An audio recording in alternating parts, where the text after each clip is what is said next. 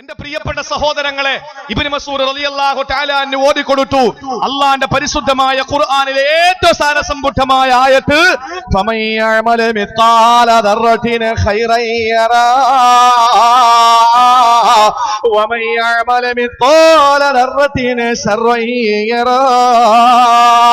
അല്ലാഹു പറയുകയാണ് ഫമൻ യഅമല മിത്ഖാല ദർറത്തിൻ ഖൈറാ, ആരെങ്കിലും ഒരു അണുമണി തൂക്കം നന്മ ചെയ്താ, ഒരു കടുകുമണി ാനം നന്മ ചെയ്ത അല്ല പറയുന്നു യറഹോ, അവൻ നാളെ പരലോകത്ത് അതിനെ കണ്ടുമുട്ടുന്നതാണ്. എന്റെ കാങ്കോലിൽ വന്നിരിക്കുന്ന ചെറുപ്പക്കാരാ, നിന്റെ കയ്യില് പള്ളിയുടെ കടം വീട്ടാന് കാശില്ല, നിന്റെ കയ്യിലാണെങ്കിലോ 10 രൂപ മാത്രമേ ഉള്ളൂ.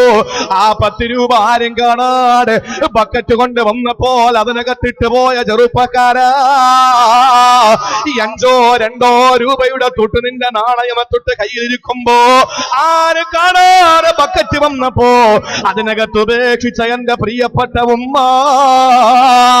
മുത്തുനബി ലോകത്തോട് വിവരിച്ചു കൊടുക്കുകയാ. ഇബ്നു മസ്ഊദ് റളിയല്ലാഹു അൻഹു ഒരു മൈക്രോഫോൺ പോലെ പറഞ്ഞു കൊടുക്കുകയാ. അല്ലാഹുവിന്റെ പരിശുദ്ധമായ ഖുർആനിലെ സാരസമ്പൂർണ്ണമായ വാക്യം ഇതാണ്: ആരൊരാള് ചെറിയ ഒരു നന്മ ചെയ്താൽ നാളെ പരലോകത്ത് അവനത് കണ്ടുമുട്ടുക തന്നെ ചെയ്യുന്നതാണ്. നമുക്കറിയില്ല പ്രതിഫലത്തിന്റെ വ്യാപ്തി, നമുക്കറിയില്ല. ഇവിടെ 5000 ചോദിച്ചപ്പോ കൊടുത്തവര് ഇവിടെ 50,000 അല്ല ചോദിച്ചത്, ഇവിടെ വെറും ഒരു 10,000 ചോദിച്ചപ്പോ ഇന്നലെ 12ഓളം പേര് തന്നെങ്കിൽ പ്രിയപ്പെട്ട സഹോദരങ്ങളെ, ഇന്ന് നിങ്ങൾ തരാൻ നിങ്ങളുടെ കയ്യിൽ ഒന്നുമില്ലാത്തതിന്റെ പേരിൽ നിങ്ങളൊരു 100 രൂപ തന്നിട്ട് പറയുന്നു, സാറേ എന്റെ കയ്യിൽ എന്റെ കാങ്കോല് പള്ളിയുടെ കടം വീട്ടാൻ എത്രയേ ഉള്ളൂ, മതി എന്റെ ചെറുപ്പക്കാരാ, മതി എന്റെ പെങ്ങളെ. ആ ഒരു രൂപ, 100 രൂപ, 10 രൂപ, 20 രൂപ, ഇതെല്ലാം നാളെ പടച്ചോന്റെ മുമ്പിൽ നമ്മളെ കണ്ടുമുട്ടാനുള്ളതാണ്. ഇനി ആയത്തിറങ്ങാനുള്ള കാരണം എന്തെന്നറിയോ? ഒരു പട്ടിണി പാവം വീട്ടുമുറ്റത്ത് വന്ന് കൈനീട്ടുമ്പോ ആ പട്ടിണി പാവമാണ് വീടിന്റെ മുമ്പിൽ വന്ന് കൈനീട്ടുന്നത്. പക്ഷെ കൈനീട്ടുന്ന വീട് എവിടെയാണ്? അതാരുടെ വീടാണ്? അതിനേക്കാൾ ദരിദ്രനാണ്. ഒന്നും അവിടെ നിന്ന് കൊടുക്കാനില്ല, ഒന്നും കൊടുക്കാനില്ല. ആ സമയത്താണ് പാവപ്പെട്ടവൻ ഒരു കാരക്ക എടുത്തു. ആകെ വീട്ടിനകത്ത് ശേഷിക്കുന്ന ഒരു കാരക്കയാണ്. ആ ഒരു കാരക്ക എടുത്തിട്ട് അതിനെ 4ആയിട്ട് കീറുകയാണ്. ഒന്നയാൾക്കുള്ളതാണ്, ആ ഒരു 3 ഭാഗത്തിൽ ഒന്ന് തന്റെ പ്രിയപ്പെട്ട ഭാര്യക്കുള്ളതാ. പ്രിയപ്പെട്ട പൊന്നുമോനെണ്ണം കൊടുക്കണം. പിന്നെ ഒന്നുണ്ട്, അത് കൈനീട്ടി അരിച്ചവന്റെ കൈവെള്ളയിൽ വെച്ചു കൊടുക്കുകയാണ്. ചിന്തിക്കണേ സഹോദരങ്ങള്, വീട്ടിൽ ഒന്നുമില്ലാത്തതിന്റെ പേരില് ആ പാവപ്പെട്ട സഹോദരന്റെ വീട്ടുമുറ്റത്ത് വന്ന് കൈനീട്ടി ആളിനെ മടക്കി വിട്ടില്ല. ഒരു ഈത്തപ്പഴം എടുത്തിട്ട് 4ആയി കീറിയിട്ട് ഒന്ന് അയാളെടുത്തു, ഒന്ന് വന്നവന് കൊടുത്തു, 2 കീറ് മകനും ഭാര്യയ്ക്കും വേണ്ടി മാറ്റിവെച്ചു. ഈ പാവപ്പെട്ട സഹോദരന് ഈ കൈനീട്ടിയവന് കയ്യിൽ കൊടുത്തിട്ട് പറഞ്ഞിരുന്നെന്നറിയോ?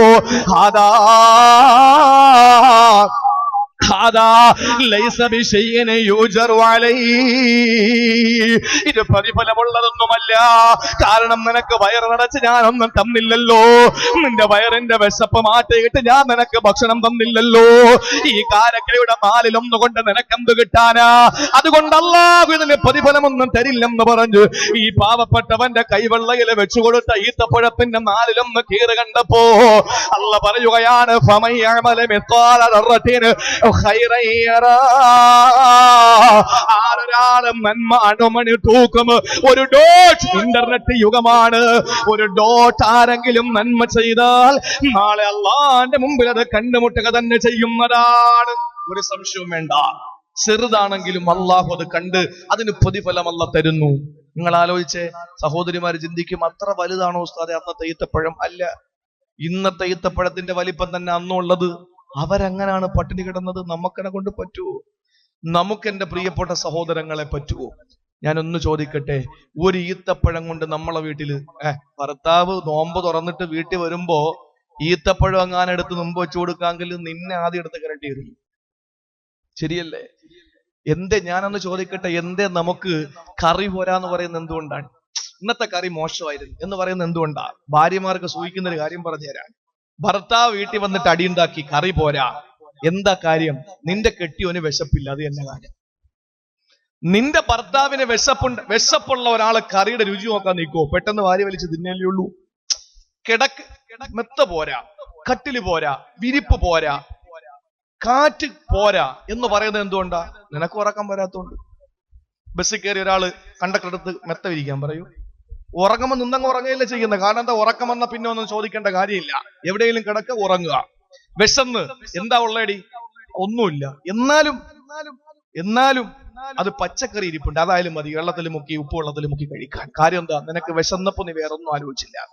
കറി പോരാന്ന് പറയുന്നവർ മനസ്സിലാക്കിക്കോളി, നിന്റെ ഭർത്താവിന് വിശന്നിട്ടില്ല. കിടക്ക പോരാന്ന് പറയുന്നവർ മനസ്സിലാക്കിക്കോളി, നിന്റെ കെട്ടിയൊക്കെ ഉറക്കം വന്നിട്ടില്ല. അത് തന്നെയാണ് കാര്യം. എന്റെ പ്രിയപ്പെട്ടവരെ, വയറ് നിറച്ച ഭക്ഷണം കഴിക്കാൻ അന്നുള്ളവർക്കൊന്നുമില്ല. 3 മാസമാണ് അടുപ്പിന് തീ പുകയാത്തത്. പണ്ട് ഒരു സ്ഥാനാർത്ഥി ആദിവാസി ഊരി ചെന്നിട്ട് പറഞ്ഞു, ഞാൻ ജയിച്ചാൽ നിങ്ങൾക്ക് പുകയില്ലാത്ത അടുപ്പും കക്കൂസും തരാന്ന് പറഞ്ഞു. ആദിവാസി മൂപ്പൻ ചോദിച്ചു, അടുപ്പ് പോകഞ്ഞില്ലേ പിന്നെ കക്കൂസിന്റെ ആവശ്യം ഉണ്ടെന്ന്. എന്റെ പ്രിയപ്പെട്ട സഹോദരങ്ങളെ, ചിന്തിക്കും, അള്ളാഹുവിന്റെ റസൂലിന്റെ വീട്ടില് 3 മാസം 90 ദിവസം അടുപ്പിന് തീ പുകഞ്ഞിട്ടില്ല. അപ്പൊ നിങ്ങൾ പറയാം 4 അടുപ്പുണ്ടായി കാണും, അതാണ് പുക വരാത്ത. അല്ല, ഈ 3 മാസക്കാലം വീട്ടിൽ 2 കറുപ്പ് മാത്രമേ ഉണ്ടായിരുന്നുള്ളൂ. ഏതൊക്കെയാണ്? പച്ചവെള്ളം, ഈത്തപ്പഴം. പച്ചവെള്ളം കറുപ്പോ? അതെ, തോൽപാത്രത്തിൽ പച്ചവെള്ളം എടുത്തു വെക്കുമ്പോ അതിന്റെ മുകൾ ഭാഗം കറുത്തിരിക്കും. ഈ 2 കറുപ്പല്ലാതെ ഒന്നുമില്ല. നേരം വെളുത്ത് ആയിഷയോട് ചോദിക്കും, ആയിഷ ഇന്ന് വല്ലതും കഴിക്കാണ്ടോ? ആയിഷ പറയും, നബിയെ ഇന്നൊന്നുമില്ല. ശരി, അൽഹംദുലില്ലാ, ഇന്ന് എനിക്ക് നോമ്പാ. ഇങ്ങനത്തെ ഒരു ഭർത്താവിന് എവിടെ കിട്ടും? ഭർത്താവിനെ കിട്ടിയാൽ തന്നെ ഇങ്ങനത്തെ ഭാര്യ എവിടെ കിട്ടും? ഇങ്ങനൊരു ഭാര്യ നിങ്ങൾ ആലോചിക്കുക. കല്യാണം കഴിഞ്ഞ് വീട്ടിൽ കൊണ്ടുവന്നിട്ട് പറയാ ഇന്നൊന്നുമില്ല കഴിക്കാനെന്ന് പറഞ്ഞാൽ, അവൾ അപ്പോഴേ വിളിക്കാൻ പറ്റുമെങ്കിൽ വിളിക്കില്ലെങ്കിൽ അപ്പോഴേ വാപ്പാക്ക് മെസ്സേജ് കൊടുക്കും, അല്ലേ? അങ്ങനെ സഹിക്കുന്ന, ക്ഷമിക്കുന്ന ദമ്പതികൾ സന്തോഷത്തോടു കൂടി പോകും. സന്തോഷത്തിലും സന്താപത്തിലും ഭർത്താവിനോടൊപ്പം നിൽക്കുന്ന ഭാര്യ അതാണ്. അല്ലാതെ എന്റെ സഹോദരങ്ങളെ, ഇന്ന് തമ്മിൽ കലഹവും പ്രശ്നങ്ങളുമാണ്. അള്ളാഹു മനസ്സിലാക്കാനുള്ള ബോധം തരട്ടെ.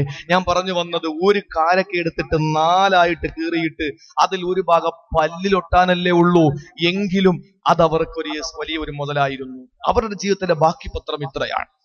അത് നാളെ പരലോകത്ത് കാണും. ഞാൻ പറയുന്നു, നിങ്ങൾക്ക് 50,000 ഒന്നും കൊടുക്കണ്ട. ഇന്ന് അൽഹംദുലില്ലാ ഒരു സഹോദരൻ ബഹുമാനപ്പെട്ട തങ്ങളെ വിളിച്ചു പറഞ്ഞു, ഈ സംരംഭത്തിന് ഓൺലൈനിൽ ഇപ്പോഴും അദ്ദേഹം കണ്ടുകൊണ്ടിരിക്കുക നമ്മുടെ പരിപാടി.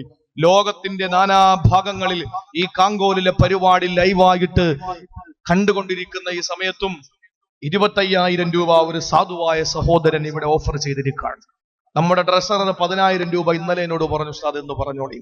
അൽഹംദുലില്ലാ, ഇത് കൊടുക്കുമ്പോഴും ഒന്നും കൊടുക്കാനില്ലാത്തവർ ചിന്തിക്കും, അല്ലാ എനിക്കിതിൽ പങ്കാളിയാകാൻ പറ്റൂലല്ലോ. പോട്ടെ, 100 രൂപ എന്റെ ഉണ്ട്, അത് കൊടുക്കുന്ന എങ്ങനെ? 5,000 കൊടുക്കേണ്ട 100 രൂപ കൊടുക്കുന്ന ബക്കറ്റ് കിടക്കട്ടെ, വിഷമിക്കണ്ട, നാളെ അതിന് പ്രതിഫലം ഉണ്ടാവും. അല്ല പറഞ്ഞു ഏറ്റവും വലിയ സാരസമ്പുഷ്ടമായ വാക്യം. അതുമാത്രമല്ല,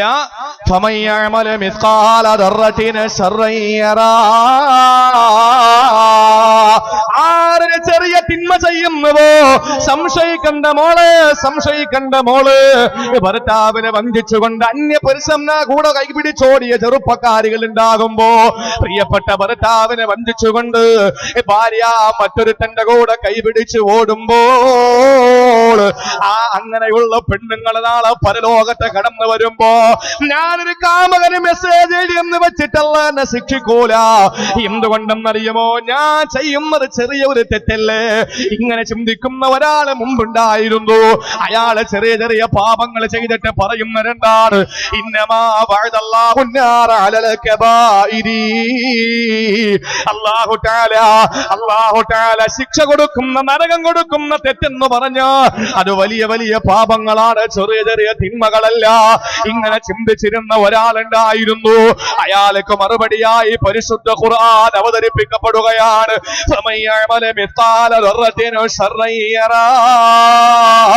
ആരുടെ ജീവിതത്തിൽ ഒരു ഡോട്ടൊരു അടിമണി തൂക്കമെങ്ങാനും തിന്മ വന്നുവോ, നാളെ പരലോകത്ത് അവനെ കണ്ടുമുട്ടുക തന്നെ ചെയ്യുന്നതാണ്. സഹോദരങ്ങളെ, നമ്മളെ സൂക്ഷിക്കാനുള്ള ചെറിയ പാപങ്ങളാണ്. ജീവിതത്തിൽ ഒരു ചെറിയ തിന്മ പോലും ചെയ്യാത്തവരുണ്ട്.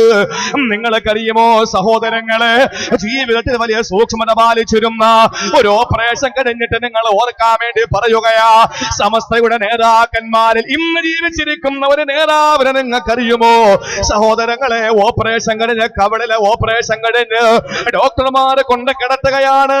ആ ബെഡിൽ ഇങ്ങനെ കിടക്കുമ്പോ ഇടത്തെ കവളിലെ ഓപ്പറേഷൻ ചെയ്തതിന്റെ വേദന, അല്ലാഹുവേ, വലത്തെ കൈവെള്ളയിലെ മുഖമർത്തി വെച്ചുകൊണ്ട് കിടക്കുമ്പോ ഇടത്തെ കൈ കൊണ്ടാണ് അദ്ദേഹത്തിന്റെ വേദനയുള്ള ഭാഗത്ത് അദ്ദേഹം പൊത്തിപ്പിടിക്കുന്നത്. നല്ല ഭാഗത്ത് വലത്തെ കൈവെള്ളയിലെ തല വെച്ച് കിടക്കുമ്പോ എന്റെ പ്രിയപ്പെട്ട പൊന്നുമോനൊരു ചെറിയ തുണി കൊണ്ട് കൊടുക്കുകയാണ്. കവളിൽ നിന്ന് വരുന്നതായ രക്തത്തിന്റെ തുള്ളികളെ തുടച്ചു മാറ്റാൻ വേണ്ടിയിട്ട് കയ്യിരിക്കുന്ന ഒരു ചെറിയ തുണി കൊടുക്കുന്ന സമയത്ത് അദ്ദേഹം ഇങ്ങനെ ആംഗ്യം കാണിക്കുകയാണ്, നിലത്ത് വെക്കാ. ആ പൊന്നുമോ വെച്ച സമയത്ത് ഇടത്തെ കൈകൊണ്ട് ആ തുണിയെടുത്ത് കവലിൽ നിന്ന് പൊടിഞ്ഞു വന്ന രക്തത്തുള്ളികളെ തുടച്ചു മാറ്റുകയാണ്. ആ പൊന്നുമോ ചോദിച്ചു, ഉപ്പാ, എന്തുകൊണ്ടാണ് എന്റെ കൈ കൊണ്ട് നിങ്ങൾ വാങ്ങാറ്റത്? ഞാൻ തന്നപ്പോ എന്തുകൊണ്ടാണ് നിങ്ങൾ വാങ്ങാറ്റത്? ആ സമയത്ത് അദ്ദേഹത്തിന്റെ മറുപടി എന്തെന്നറിയുമോ? ഒരാളൊരു സാധനം തരുമ്പോൾ ഈ വലത് കൈ കൊണ്ടാണ് വാങ്ങാനുള്ളത്, ഇടത്തെ കൈ കൊണ്ടല്ല വാങ്ങേണ്ടത്, വലത് കൈ കൊണ്ടാ വാങ്ങേണ്ടത്. പക്ഷെ എന്റെ വലത് കൈ എന്റെ കവിളത്തടത്തിന് താങ്ങായിരിക്കുകയാണ്, എനിക്ക് എടുക്കാൻ കഴിയുന്നില്ല എന്ന് പറഞ്ഞ് ഇന്നും എന്റെ പ്രിയപ്പെട്ടവരെ ജീവിച്ചിരിക്കുന്ന ഒരു പണ്ഡിതനാ. നിങ്ങൾക്കറിയുമല്ലോ, ശൈഖുനാ അത്തിപ്പറ്റ ഉസ്താദ്, അല്ലാഹു ആഫിയത്തുള്ള ദീർഘായുസ്സ് കൊടുക്കട്ടെ. ആ മഹാനുഭാവന് ജീവിതത്തിൽ ഒരു കറാഹത്ത് പോലെ ചെയ്യുന്നില്ല, വടക്കൻ ജില്ലകളിലെ പ്രസംഗത്തിന് വന്നപ്പോഴാണ് അല്ലാഹുവേ, കേരളം നിലനിൽക്കുന്നത് ആരുടെ മിടുക്കുകൊണ്ടാണ്? രാഷ്ട്രീയ തമ്പുരാക്കന്മാരുടെ മിടുക്കുകൊണ്ടല്ല, രാഷ്ട്രീയ നപുംസകങ്ങളുടെ മിടുക്കുകൊണ്ടല്ല, മുതലാളിമാരുടെ മിടുക്കുകൊണ്ടല്ല, പിന്നെയോ പാണ്ഡിത്യത്തിന്റെ കുലപതിമാരായ വലിയ വലിയ ആരിഫീങ്ങളായ പണ്ഡിതന്മാര് ബാവാട് ഉസ്താദിനെ പോലെ സമസ്തയുടെ മുഷാവറ അംഗമാണ്. സഹോദരങ്ങള്, എന്തോ ഒരു വിനയമാ. ഈ തിങ്കളമേടനും മുടങ്ങാറ് സുന്നത്ത് നോമ്പ് പിടിച്ച് ഇന്ന് സന്തോഷത്തോടെ അള്ളാന്റെ പരിശുദ്ധമായ ദീനനുസരിച്ച് ജീവിക്കുന്ന പണ്ഡിതന്മാര് ഈ രാജ്യത്ത് ഈ നാട്ടിലുള്ളത് കൊണ്ടാണ് അല്ലാഹു തആല ആപത്തുകൾ നമുക്ക് തരാത്തത്. അല്ലാതെ നമ്മുടെ സമ്പത്ത് കൊണ്ടല്ല, നമ്മുടെ അധികാരം കൊണ്ടല്ല, നമ്മുടെ മിടുക്ക് കൊണ്ടല്ല, നമ്മുടെ ആകാര സൗഷ്ഠവം കൊണ്ടല്ല, നമ്മുടെ ഭംഗി കൊണ്ടല്ല, പിന്നെയോ ഈ പണ്ഡിതന്മാരുള്ളത് കൊണ്ടാണ്. അല്ലാഹുവിനെ ശുക്ർ ചെയ്യുന്ന പണ്ഡിതന്മാരുന്നുണ്ട് എന്റെ പ്രിയപ്പെട്ടവര്. ഒരു കറാഹത്ത് പോലും ചെയ്യാതെ ജീവിക്കുന്നവരാ. ഞാൻ ഓർത്തു പോകുന്നത് കൊല്ലം ജില്ലയിലെ തഴവ എന്ന പ്രദേശത്ത് പണ്ട് കാലങ്ങളിൽ വയലു പറഞ്ഞ തഴവ ഉസ്താദ്.